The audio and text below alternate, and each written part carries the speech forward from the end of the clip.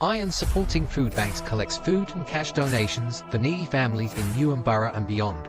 Please consider making a donation via their Just Giving page, the link for which you will find in the description section of this stream. Come on, you Irons! West Ham are massive, everywhere we go! West Ham are massive, everywhere we go! Everywhere we go! West Ham are massive, everywhere we go! West Ham are massive, everywhere we go! Everywhere we go! Good morning, ladies and gentlemen. Welcome back to the West Ham Massive. Thanks for joining us. Please don't forget, if you're new around here, to make sure you hit the subscribe button and don't forget to drop a like on the video. It really does help us out. We're here to discuss match day 13 of the Premier League. West Ham United, Arsenal at London Stadium, 5:30 kickoff today. And here to discuss it is my younger brother, Ben. How are you, sir? I'm good, mate. Yeah. What a difference a week in football makes. And yeah, I mean, after a great performance and win against Newcastle, we're going into this game a little bit more confident and excited than we would have been maybe 2 weeks ago, fearing the worst. Yeah, absolutely. Yeah, it's incredible. I mean, that result against Newcastle, I didn't see it coming. I don't really know too many people that even gave us a chance of getting a draw, quite frankly. So to go up there, get a 2-0 win, and to be quite honest with you, I think actually we could have won by more. Is really, really sort of good. But now we turn our attentions to, I would argue, a bigger mountain to climb, I would suggest. Yeah, probably, mate. Especially with a couple of the players they've got come back from injury. The last couple of weeks they've looked particularly devastating. So it's going to be a very tough game. But we're all of a sudden our tails seem to be up after one good game. So bring them on. Absolutely. Right, I'll get my little presentation added to the screen for the viewers' entertainment and information. So, Ben, so my first question out of the gate, give me your thoughts on Arsenal so far this season. I mean, I think they've been all right. I think obviously we'll come on to it. I think Odegaard being out has been a big loss for them. Just trying to unlock defences. And to be honest, I don't recall them being that bad, but all of a sudden they've just Liverpool have just stolen a real march on everybody, haven't they? Because they've been so consistent with just churning out win after win after win that all of a sudden, I don't know how many games Arsenal have lost, but it don't feel like it's many. Maybe they've drawn a few, and then all of a sudden Liverpool have just stolen a march on everybody. But I think they're a strong team, Rob. They've been challenging for the title the last 2 years. They'll probably be there or thereabouts towards the end of the season.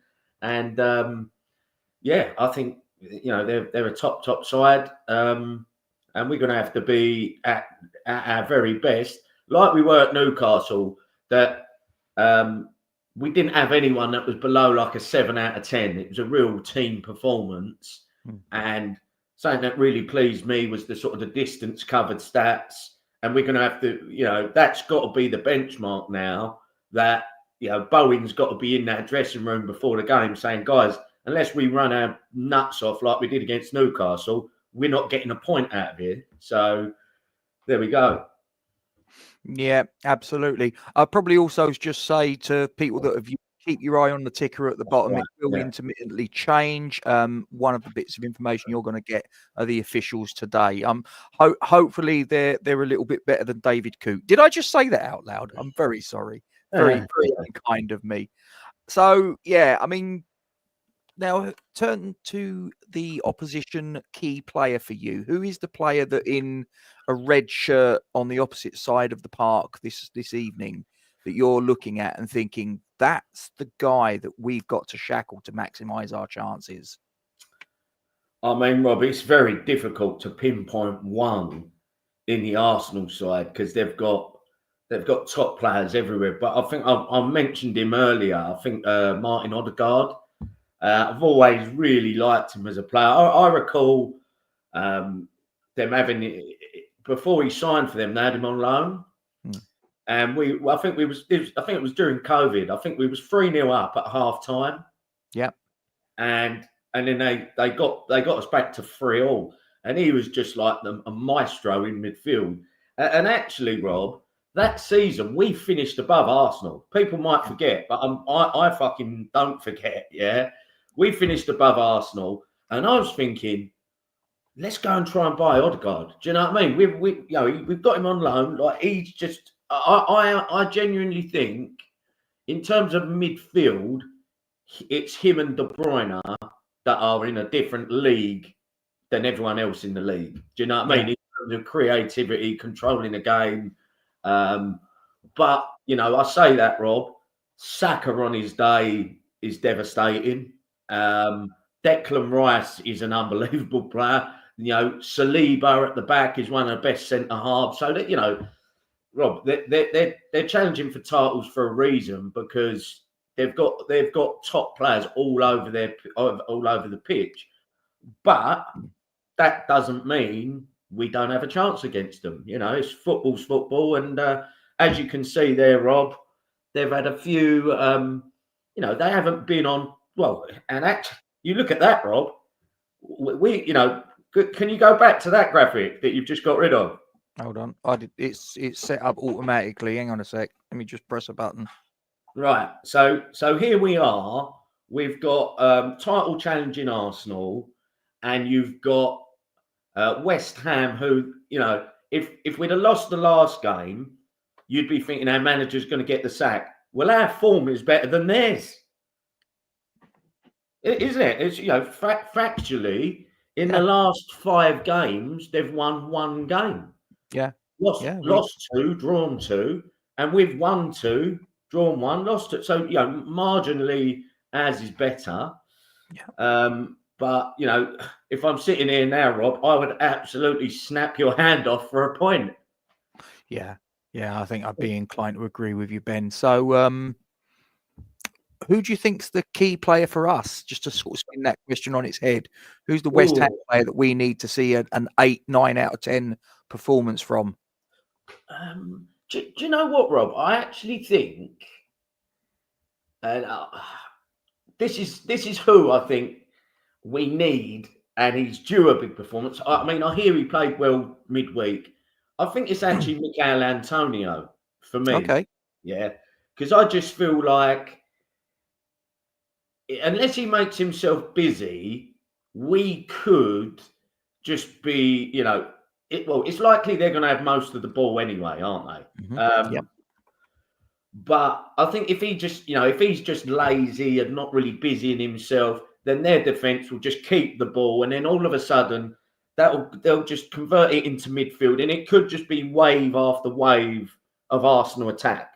But I feel like if Antonio is buzzing around their defence, then they won't have as much time on the ball to feed into midfield. Do you get what I'm saying? So I just feel like for us to get anything out of the game, we've got to have an attacking threat, and him being the focal point.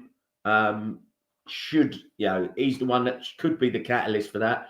It's likely he's going to start, because obviously Kudus is on the ban. Fulkrug, although I have heard that Fulkrug, on the West Ham website, they actually said Fulkrug's going to be having a late fitness test to see whether he's fit for this game. Now, that is fucking big news to me. I was kind of thinking Fulkrug's out for the foreseeable future, and we have no idea when we're going to see him again. So it sounds like they've been keeping him a little bit quiet, but he is getting close to fitness. Yeah, I think that would be if he's on the bench and if he can come on for the last 10 minutes, say, I mean, I think that's a huge huge trump card to potentially play, because we haven't really seen much of him. No. He's probably going to be chomping at the bit to get out and prove a lot of his doubters wrong.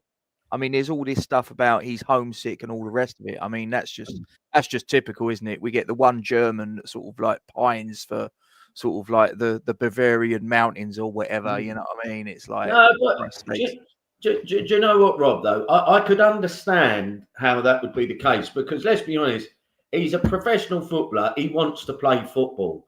Now, bear in mind, it's not his fault he's got injured. no. But, you know, if you're stuck indoors, you know, he hasn't...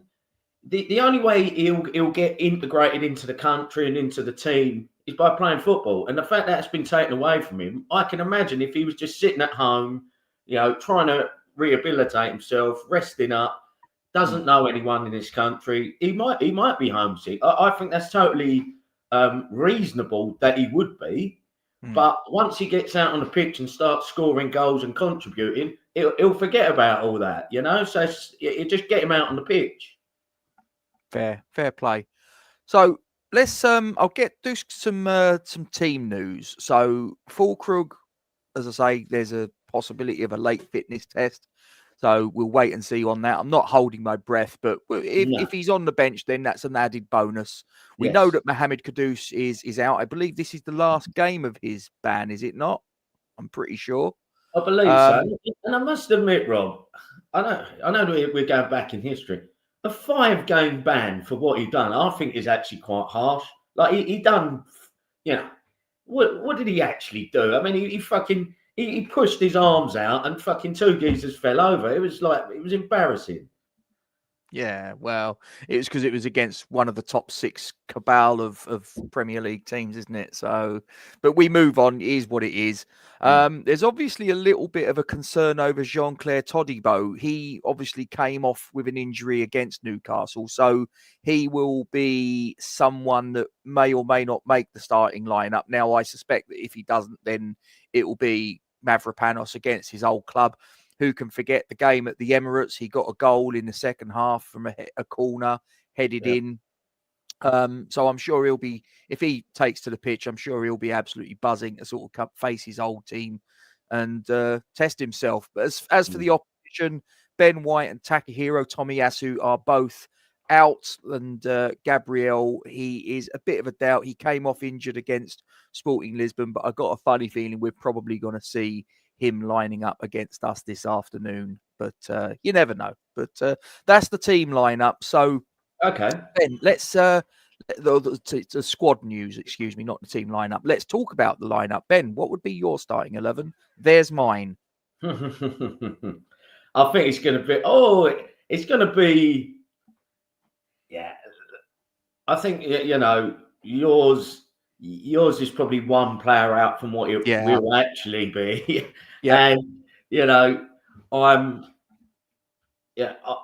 be inclined to go with your team, Rob. But I just know that it won't be. You know, the fact is, and no matter what Ings seems to do off the bench, he doesn't really get a chance to start, whether Lopetegui just thinks he can't work in that system as the lone front man, I don't know. And the fact that Antonio seemed to have played quite well, I think it's very likely he's going to start the game. So, you know, Rob, off the back of a good performance, a clean sheet, and a win away from home, it's very likely it's going to be exactly the same lineup as against Newcastle, which I fully expect, unless there's injuries, Rob. And like you say, Todibo, he's a bit of a concern because he can't seem to string 2 games together without being injured. Pretty much every game he started, he's ended up coming off. So I don't know if he's just a little bit of a fragile physically, you know? Yeah. I mean, I suspect it will be Antonio that starts. As I say, I'm just looking at it and thinking, do you know what? Ings deserves a chance at some point. I think when he's been introduced in the very limited amount of minutes that he's had to operate with, he's done all right. I mean, I know the point that Bowling Lounge makes there, you know, Gabriel and Saliba are his direct opponents, but that's why it's imperative that we also get people like Bowen and Somerville and Soler and Socek to support him as soon as possible, sort of thing, when we've got the ball, which, as you rightly said earlier, will be probably quite limited compared to the possession that Arsenal will have. But we'll wait and see what happens. Colin's asking the question, making a statement here. I don't know if it's a question, more a statement. What he doesn't want to see is Loppy tinkering with the formation and the team and go into it with a negative attitude. How concerned are you about that? That he might sort of, instead of, if it ain't broke, don't fix it, never change a winning team, all of those tropes, that he sort of like kind of goes away from that and maybe looks at the opposition and goes, "Oh, I might sort of pack, the defence with 3 centre backs or whatever, something along those lines." No, I'm not too concerned about that, Rob. From what I've seen with Lopetegui, I think it's kind of the opposite. I think when we had like Chelsea and this, that, and the other, he'll stick with his philosophy of maybe playing a bit of a higher line against the top team, regardless of the fact that that's not the fucking right way to go. Do you know what I mean? So I think I'm not concerned he's going to go defensive. I think something that was lost on me a little bit, and then someone reminded me. We got 2 clean sheets on the bounce now. Maybe a little bit fortunately, or who knows. But it's 2 clean sheets on the bounce. That'll give the likes of Kilman a bit of confidence. Obviously, Fabianski coming back in, fair play. He's really shored it up, and he's looking good. His age isn't virus going around the club. His age hasn't really affected him. So look, I'm very buoyed by the performance last week. Obviously, Soler coming in. I was calling us Bagel FC, Rob, and I think I got that off you. To be honest, I didn't sort of like start that. I heard a few people say Bagel Donut FC, nothing in the middle, essentially. Yeah, and our midfield for me has been the real cause of concern, because Paquette has been off form, and whoever else has been in. I think Souček's the only one that can say he's really had a half decent season in the midfield. I'd agree with that. And I think Paquette obviously has not been playing well. Soler and Rodriguez very average at best. And you was thinking, have they just come for the paycheck and they're just going to sail off into the sunset very soon and not do fuck all? But that one performance from Soler has given quite a cause for optimism. And listen, like I say, this is a guy that's played at some top clubs, and you're obviously no mug if you've been at PSG and Valencia. And I'm hoping he just needed time to integrate into English football. And Lopetegui with the team. I mean, most importantly, Rob, it feels like that international break might have given Lopetegui the time to fucking get his philosophy onto the team, because all of a sudden we played like a team, which we haven't done all season. Correct. I mean, that was the thing that was glaringly obvious to me, is that, and I've said it a few times, that when I've watched matches up to the Newcastle game, that I've looked and observed that we don't look like a team. We look like 11 strangers on the pitch that have just sort of wandered in from Stratford, sort of, do you fancy a kickabout? And go do. Whereas the game against Newcastle, it was like, no, that is a team. They're all pulling in the right direction. I mean, I didn't, that stat that came out post match, that it was the second most distance covered by a Premier League team this season. Yeah. And you just sort of like, you think, well, there you go. It's like hard work beats talent when talent don't work hard. And that feeds into that narrative. We worked hard. I would argue the Newcastle team, man for man, are they more talented than us? Yes, especially with home advantage and a crowd behind them. But you know what? We outworked them and we got just rewards for it. Mm. And I think, Rob, I think that's a sign to me, right, that the players are behind the manager, because with the run of form we've been on, a cold night on a Monday night in Newcastle with players like Soler and Paqueta, they could have easily gone missing like they have done all season, right? And I think for them to go out and not only win, but give a performance that is like top of the stats for a distance covered, that tells me they are working for the manager. Do you know what I mean? They wanted, they want him to succeed. And obviously as individuals, they're going to want to succeed as well. So that's got to be the benchmark that we've got to go out there today and every day moving forward. So let's get down to it. And for anybody that's watching this, if you're not watching this on YouTube, pop across to YouTube, because there is a poll that we've got going on this stream, and it's just asking you about the game today at London Stadium: home win, away win, or draw. You've got a poll that's running. Get your vote cast, and we'll have a look at that before we decamp. So and get your score predictions in. Which, Ben, give me yours, please. I mean, look, maybe I'm just maybe I'm just deluded after one good win and performance. But I just think we can catch them today. I feel I'm going to go for a 3-1 home win. Ooh, yeah, I know, Rob. I feel like I'm going to. I just feel like I'm hoping our set piece game can be back. I mean, I must admit, I was glad we scored, but fuck me, that Souček goal on Monday, I've never seen such bad marking from a defensive team. I mean, other than us. Yeah, maybe. But Souček is completely on his own. No one's within 2 yards of him, really. Free run, no one on the post. It was like, that is embarrassing. But look, regardless of that, I'm going to say we'll get another set piece goal. Maybe Kilman to get off the mark. And I feel like Bowen's taking his game to another level, mate. I feel like the captaincy is giving him another bit of a boost. And I think I can see Bowen nicking one. And I'm going to say Somerville to get one right near the end when Arsenal are piling it on and we just break away and fucking finish the game off. So I think, look, even though they've had a couple of good wins, their form in the main hasn't been great. Their discipline hasn't been great. Well, neither of ours, but, so you never quite know if this game might not end with everyone on the pitch. But I'm going to say a 3-1 home win. But I'd be happy with a point. Yeah, I'm probably going to go with a 1-1 draw. I think that we said after the Everton game that if Lopetegui survived the international break with, staring, and let's be fair, he was staring down the barrel of a gun at that point.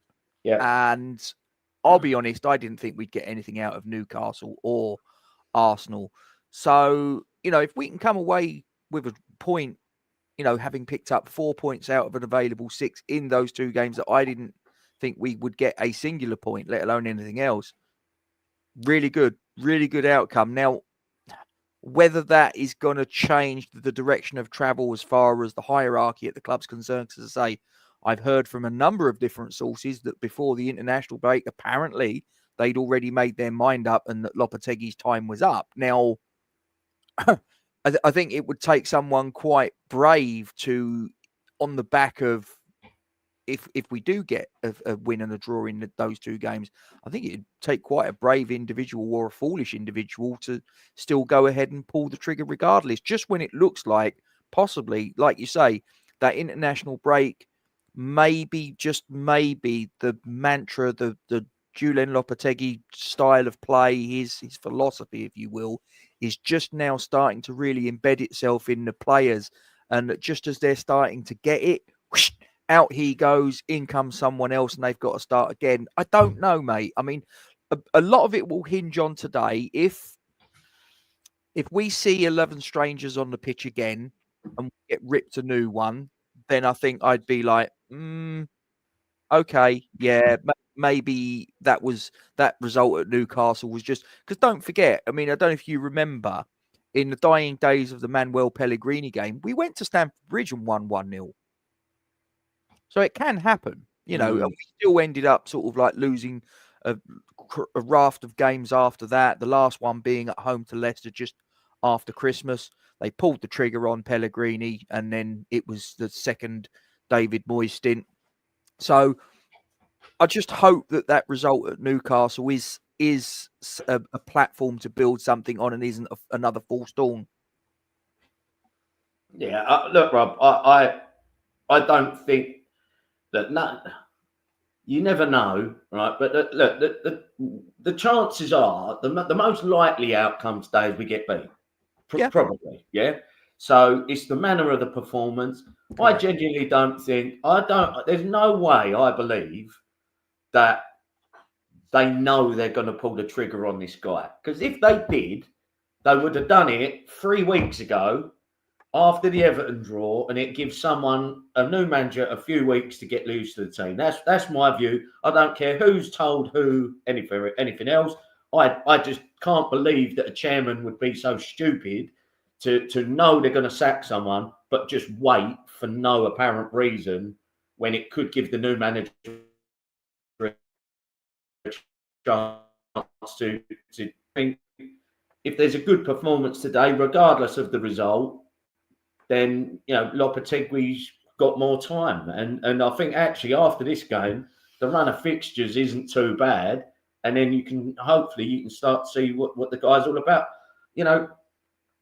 The people that know Lopetegui, they fucking rate him very highly, mate. You know that Guillem Balaguer, whether they're mates or whatever, I don't know. But he talks about him glowingly. I can't help look back at his CV. Yeah, it's a little bit up and down, but he done well at Wolves. He kept them up. There was pundits saying he should have got manager of the season for keeping Wolves up. Yeah, from where they were. He's been Real Madrid manager. He's been Spain manager.